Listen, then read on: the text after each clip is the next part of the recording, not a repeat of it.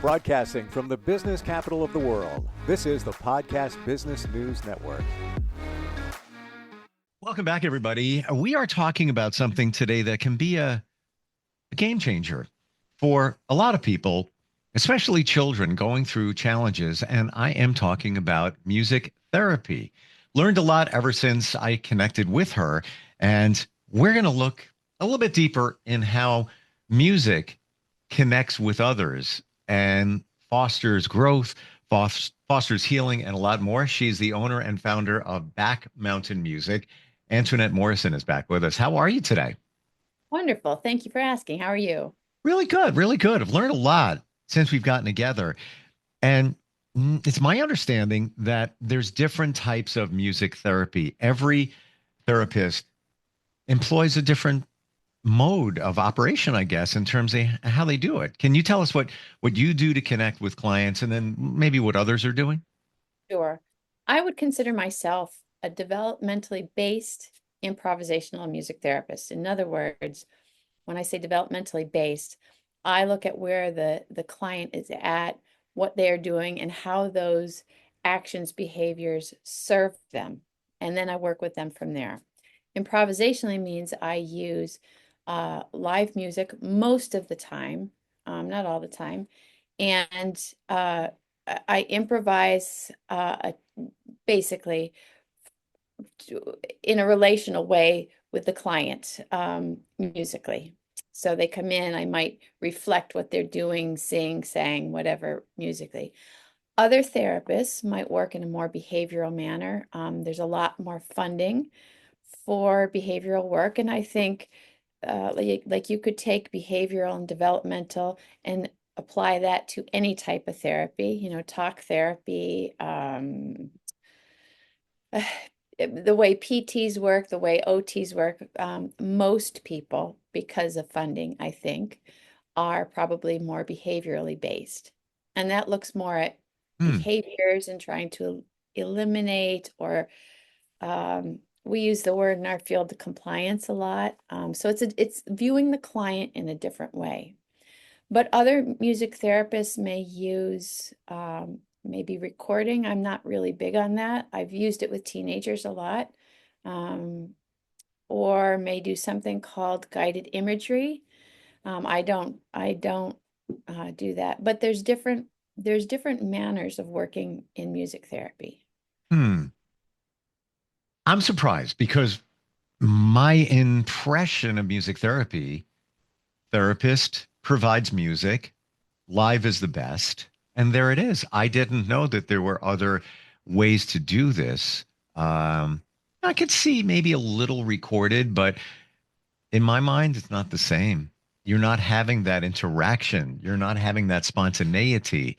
When you're playing piano, guitar, whatever it is, you can change on a dime. You can, move things around. You can read the client and adapt, whereby, you press a button and play something. It's not the same. That's my opinion. I don't, I'm far from the expert.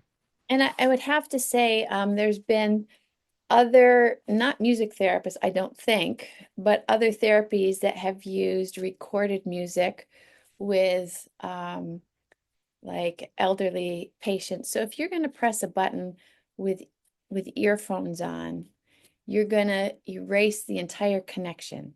You might be able to bring up some memories, but where's that going to go? Really, you need a therapeutic connection. Yep. Of course, listening to music can be relaxing and, therapeutic in a way, but we're not really going to move anywhere without another person involved. Completely agree.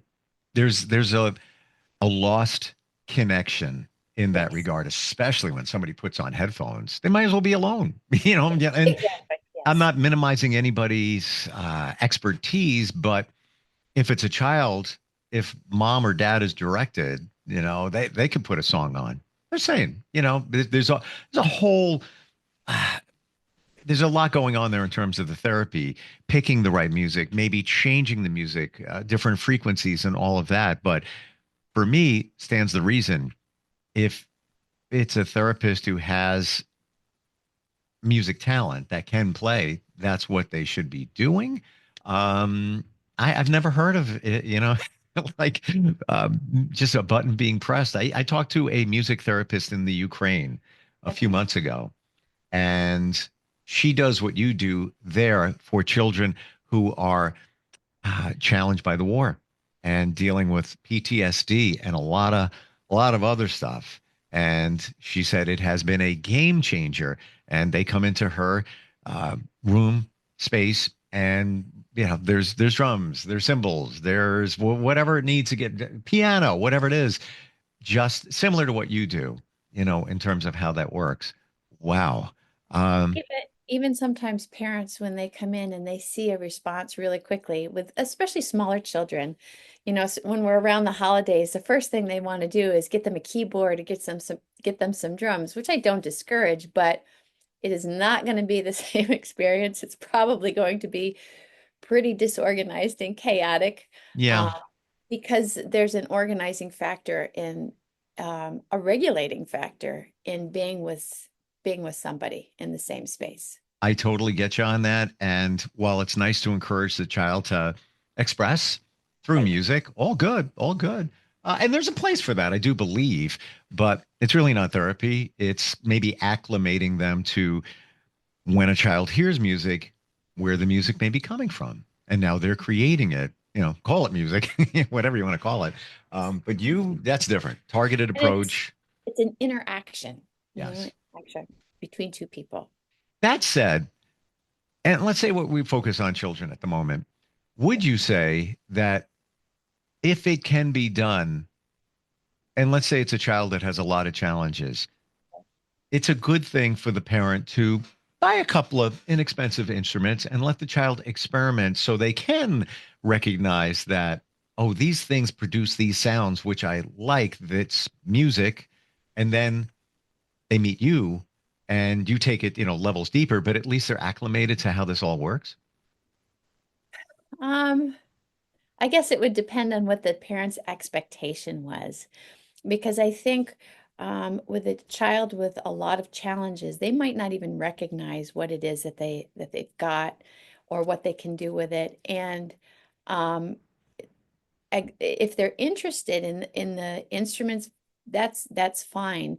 Um, but they might not even be interested without another person responding. I don't think it can be. I don't think it would be a detriment, but it would depend on the parents' expectation, I think, of what Mm. would to happen. Yeah. And minimal expectations is where I'm thinking here. Okay. More so just to, if possible, have the child realize that these things make sounds. And when they meet you, you're making more sounds. Because maybe without that connection to the instrument, might be foreign. Like, what the heck is that? Now they're doing it themselves. And again, it depends on the child. One that has a lot of challenges, there might be a disconnect even in that. Well, and when they're making sounds and I come into the picture, it's not so much that there's more sounds, but now we can make meaning out of these sounds. Like Okay. we extend the interaction, extend the thinking and the what's the word I want? Actually the investment, to play a couple sounds might catch a child's attention for a second, especially kids that have lots of challenges often have a hard time paying attention, then they're on to the next thing. Sure. So if I come in the room with something and I can, help organize and make this an interaction, now there's meaning and there's a reason to attend to, these sounds. They're not just sounds, they have meaning now. How do you know what to play? Um, I always watch the person in the room, and I take off of, oh, how they're moving, how their, sounds they're making, what their expression is. And as soon as you start to play, sometimes you can tell when too much is too much, when they need a whole lot more volume in order Mm, to attend. So you mm. kind of, yeah, I guess there's no real major plan. As soon as they come in, you kind of assess and take your best guess. right now you're identifying why it's so important to have somebody actually playing live. There it Yeah. is. Raised just by hitting a key or three, you've raised the volume. You've raised call it the attack of the song. Sometimes maybe, again, I'm just viewing this, just flying over the bleachers, but you can also soften the attack on the keys, i.e. piano and all of that. You can do so much with the intensity of what's Yes. going on, and that Yes. has a huge effect. Hmm. It's almost if you're driving your car on a road with a lot of potholes and speed bumps, and you have to know where to go and navigate slowly over them. It can be a delicate balance, as you read the child and what they need, and how to approach. You may have a child that loves the sound, play loud, let's have fun. Maybe they're less challenged than maybe another child, but it seems either way you look at it, it's a delicate balance. You're reading them the entire time. You're tapped into them. And what's interesting is you're talking about sounds. Some children, if they're making loud banging sounds, they're having a blast. But if you're the one making the loud sounds, it is way too much because they have control. And when it's coming from the outside and it's kind of a surprise or it's not, it's a whole different ball game. Yeah. Wow. All the more reason why you need somebody playing live. I'm not minimizing anybody. Everybody's got a different approach. If it works, that's fantastic. But in my eyes, it has to be performed live to really get the most impact to help a child. I'm gonna my own personal opinion on that is I find I have the greatest effect working that way. I I've would worked, imagine. I have to say, I've worked with teenagers before, and when they've got music that they like, even if you do it exactly the same way as the artist, your voice is not the same as the artist, and they want to hear what they want to hear. To Fair me, enough. that's a different scenario, you know? It's a difference. If they're aware and cognizant of those types of songs, Right. And they have meaning to them already they before you enter the picture. different different aspect. Right. Yes, i Right. i i totally have you. My daughter is very specific in what she listens to, and I allow her to. She'll get in the car, she'll put on whatever she wants, um within reason, within lyrics. I'm open. I hear everything, and then Sure. I don't make any judgments or whatever. She is going to be 17 in a couple of weeks, so I'm good with that. But to your point, as a teenager, she's not digging my music. You know, as you're mentioning that when my kids were teens, they know my taste, and their taste was not my taste. And they'd put something on in the car and they'd say to me, Mom, I know you're not going to like this, but I want you to listen to this. And what they would explain to me, what they were listening to it changed my perspective on the music. It wouldn't be something I would gravitate to, but I knew what they were listening to, what was attracting them. And it's different with everybody. 100%. And just brought back a memory, usually, and then a recent one, that my daughter will listen to, today's rap music, Drake, whatever it might be. Again, I'll listen to it. I'm good, for the most part, with what she listens to. Then she got in recently in the car, and then she started playing Tears for Fears. Everybody wants to rule the world. And I'm like, you like that song? And then, yeah, shortly thereafter, it was a song that came out in the 80s as well, Crowded House, Don't Dream It's Over. And it's kind of a very acoustic feeling, melancholy type song. It was a hit. It was a top five hit, like 1986, somewhere around there. And I'm like, that is such a good song. And she was into it. I have found now I personally don't work in the schools anymore, but when I did, when I was working with teenagers, it would start off with that big, rap type, fairly aggressive kind of sounding music, rap or headband. And as the relationship continued, over time, I would find out that no, they do have tastes in more mellow music and older music, but they don't reveal that at the start, not for quite Yes. It's almost as if they don't want to admit that it's cool. yeah. But then, she might not even know what it is. It was on a TikTok reel. It could have been on a video game in the background. Uh, Yeah. I remember a few years ago, my son just turned 19 and he was watching anime, and every single character was named after a classic rock group from basically the 80s. And he know, like, one was called Speedwagon. I said, do you realize there's a band called REO Speedwagon? Another was, connected to Led Zeppelin and whatever. And then he started realizing it, the music that was connected to it, and it opened up a door. It was a whole new door. He's not deep into rap. He's got a, wider range. Like he'll be in the car and I'll see him. I'll be playing something. He'll be like bopping his head a little bit. I'm like, oh, cool. It's resonating. It's just music is wonderful. So subjectionable. There's so much there from the lyrics to the music to the frequency to the beat. What do you want people to know in general about music therapy that maybe we haven't even touched upon? I think if I can make a really general statement, I think it's very universal and Yeah. it can be very non-threatening, where I think when it comes to either sensory issues or even traumas, sometimes just Hmm. depressing, the fear is just overwhelm. And so music can be a way of getting there, relating, and getting there safely. Um, on that person's terms. Gotcha. Yeah. Universal is such a wonderful word.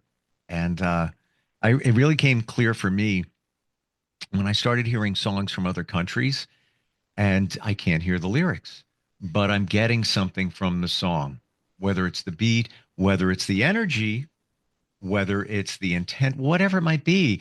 I find it connecting with me, and I kind of like that I don't know what they're saying. Yeah. It's a whole different way to experience music, I guess. You cannot, if you were in the same room as the person, especially if you could see them, you would probably get the general message without knowing what they're saying. Hmm. It's funny our personal tastes. Do you ever, analyze personally what you like in terms of music Oh and yeah. why it might be resonating with you? I still Yeah. try to figure that out. Yeah. I think personally a lot has to do with what I was exposed to early on, and some with um my biology, the way I'm kind of a mellow person anyways. Hmm.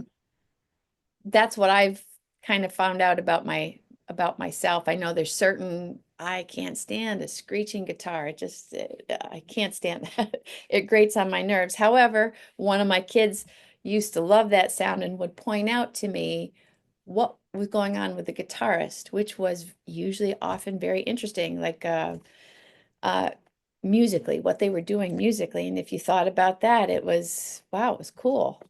I Mm, wouldn't gravitate towards it probably on my own, but thinking about it differently. Yeah. I hear you. I hear you. And for me, it's that guitar is like something riding on a wave. You have the rest of the song, the beat, everything else. That guitar should be riding with it instead of like standing above it in terms of standing out. That's something, everybody's different. That That's what right. works. And I love reggae. It never gets old for me. And yes, when I was younger and still do, love a tropical vibe and all of that. But I feel like that's not just it. And I don't know why you could put anything on and be like, yeah, it's cool. I don't care what it is, but I haven't figured it out. I don't know if Is it's it the the, energy, maybe?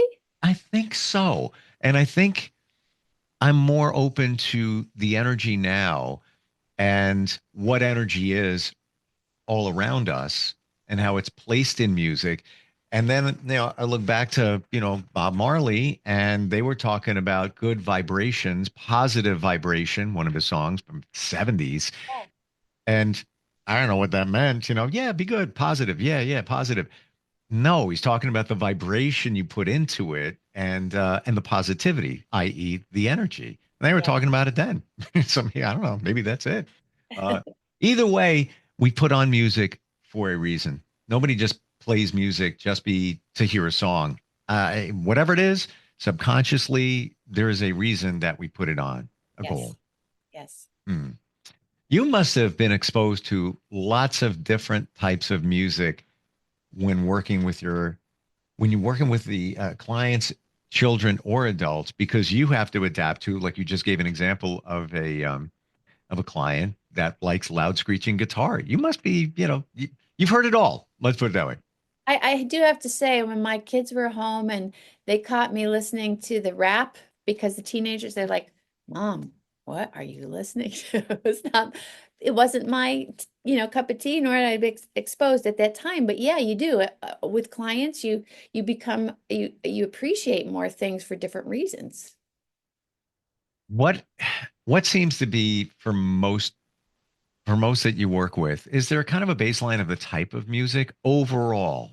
I'm talking overall. Um,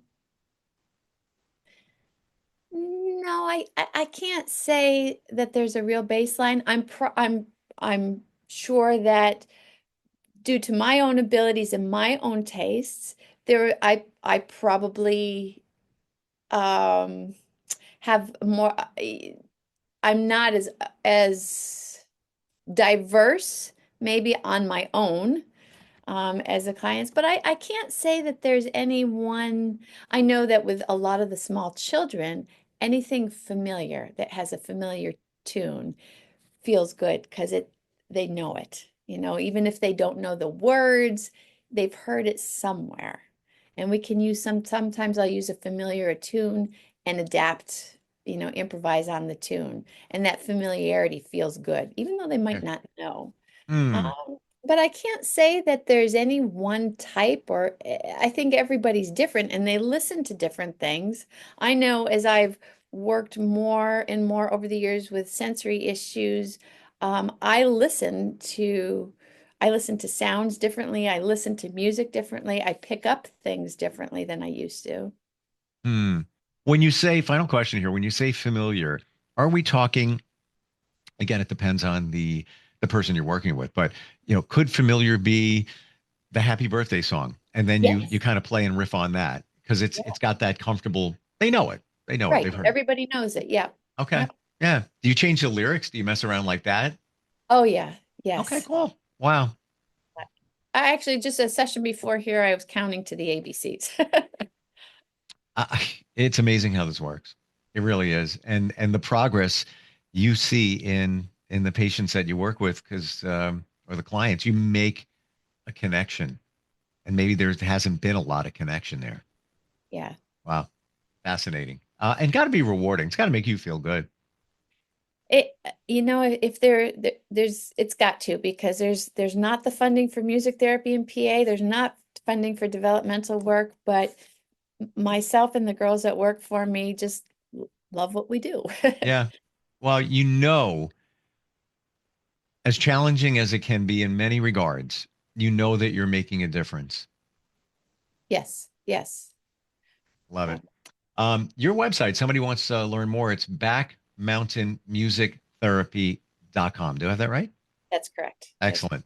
I've learned so much. I have to tell you, I love music, and whenever there's an opportunity for it to do things for people, motivate people, live performance therapy, whatever it is, for me, it's gratifying. And learning from you how this process works has been fantastic, Antoinette. I really, really appreciate it. Well, thank you very much. I thank you Yeah. for taking the time. Oh, well, I thank you. You're our go-to, when it comes to this, and the expert when it comes to music therapy, and I appreciate it. Thanks for being here. Thank you for having me. We'll be right back.